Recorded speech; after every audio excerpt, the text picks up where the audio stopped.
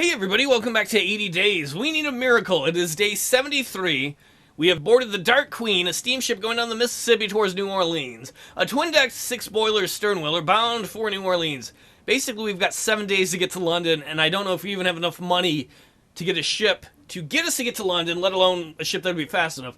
The Mississippi was famed for the luxury of her steamboats, but also for an unfortunate tendency towards catastrophic boiler explosions. I felt lucky, though, and quite certain that nothing ill would befall us on our journey to the Crescent City. We're certainly on a good turn. Greetings, mademoiselle. Honestly, I don't know what I'm doing aboard this thing. Tell me about New Orleans. Well, New Orleans is still recovering from the Civil War. I need a trip from New Orleans straight to London. I've been mentioned trains can travel aboard the Canadian Pacific Railway from New York to Ottawa. None of this is going to help me, girl. Yeah, we're just going to roll through all of this. Is it possible to go from New York to Dakar? No idea, but now the loss of the slave trade has hit Senegal hard. Now tell me, do you approve of all this gambling? Oh, it's harmless. Harmless and ruination? Harmless? I think not. Whatever.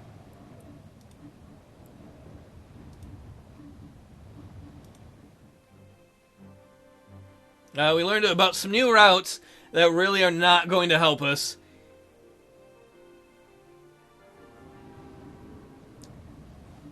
Oh no, this is so slow. The common rooms and lounges of the Dark Queen were full of gamblers, enticing passengers to games of dice or cards. The river ports had been passing more and more regulation, and the cheats and crooks all fled to the unregulated waters of the Mississippi to ply their trade.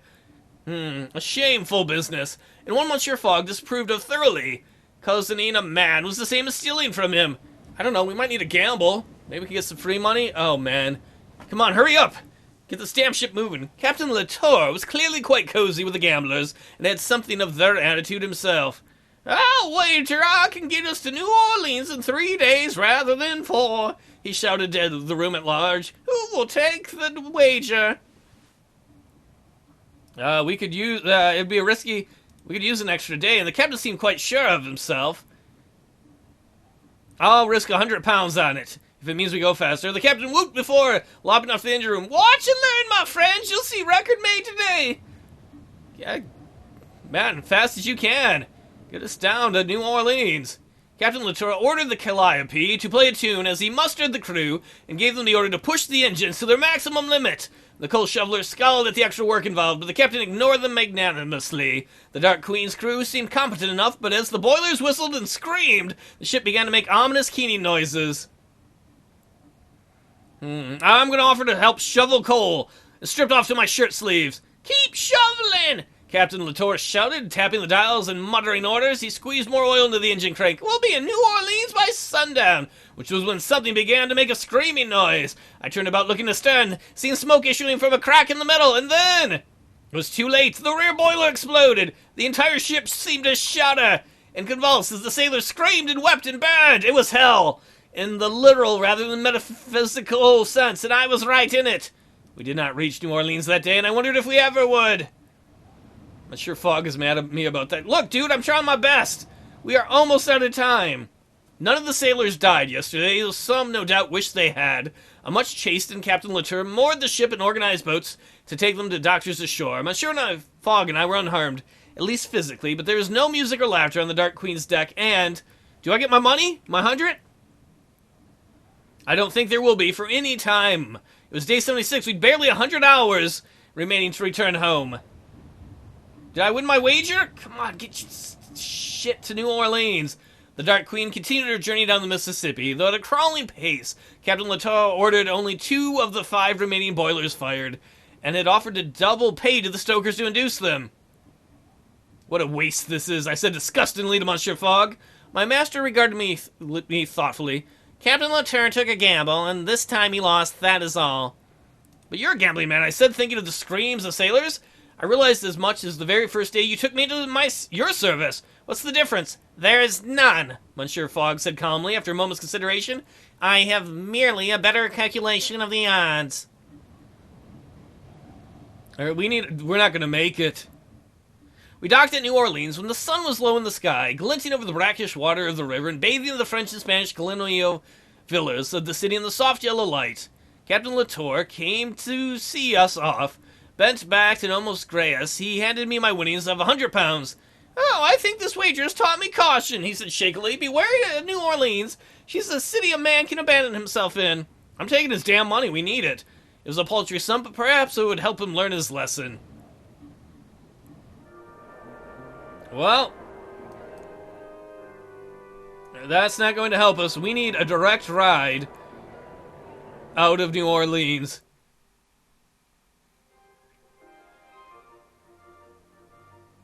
Oh shit, we're fucked. I took a few hours to explore, investigating the various options for how we may continue our journey.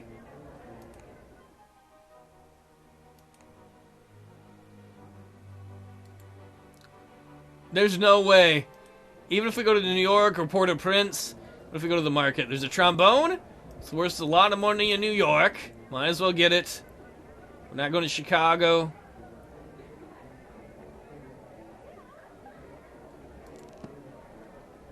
How much would it cost to go to New York? Railways uniform? No charge! Hell yeah!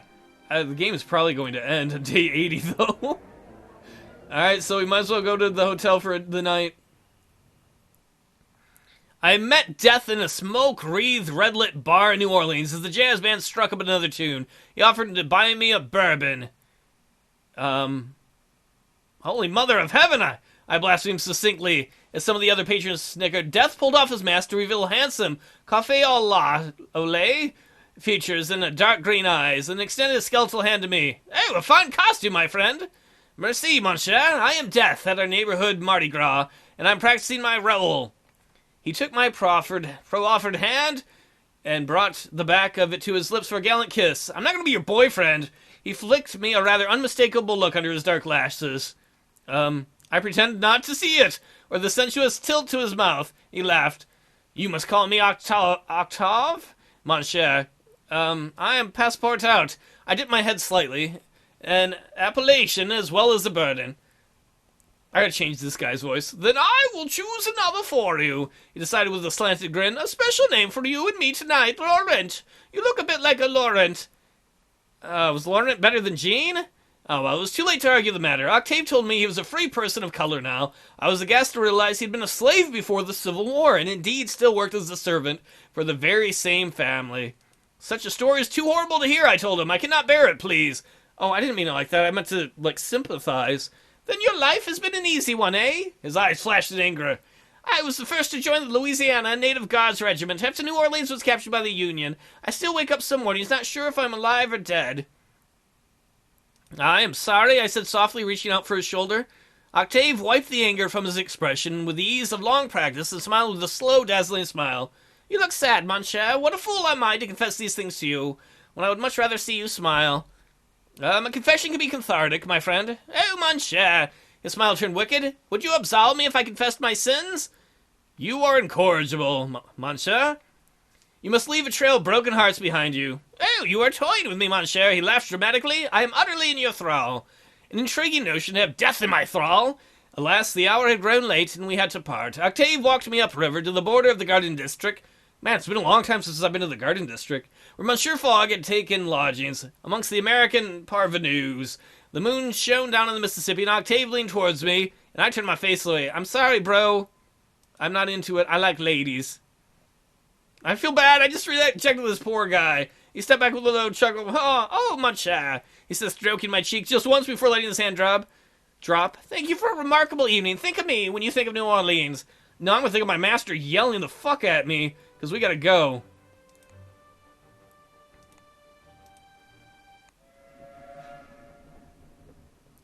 If I would have known we were going to New Orleans, I would have bought that revolver earlier. The Piedmont Airline from New Orleans was not, in fact, an airline at all, but according to its advertising, the fastest railway in America. What could be better? For getting us to the edge of the Atlantic, it needs to go backwards in time. It needs to be a time train like Doc Brown had. Winning our bet would now require a miracle, but we still had every chance of a decent showing. Come on, faster! Faster, my friend! We're going to circumnavigate the world if they give us enough time. I do not believe we will do it in 80 days, though. Having to wait for all those bank transfers really screwed us. We settled ourselves in our carriage with one other occupant, an extremely large man who introduced himself as Charlie Sullivan, a lad from Birmingham. Oh my. Who spoke rather dimly, was quite the Hulk, the Incredible Hulk, with huge tracts of land, of muscles, especially around the neck and upper arms. His mustaches were nonetheless perfect. I asked him where he was going, and he replied, I was boxing, I was going home. Oh, you fought in a competition, I interpreted? There was an exhibition. He said I won third round knockout. I gulped. However, Monsieur Fogg's interest had been increasing sharply throughout the conversation. You are trained? He demanded keenly, or self-taught? I have a manager, Sullivan replied. He tells me what to hit. Excellent, excellent, Monsieur Fogg enthused. I want to hear all about it. I sat back and enjoyed the conversation. The details of boxing are more intricate than one might expect.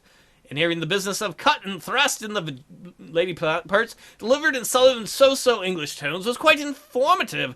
Little did I know the details I heard would be of use to me. As we lay down to sleep, Monsieur Fogg murmured, Today is day 80, Passport. We have failed.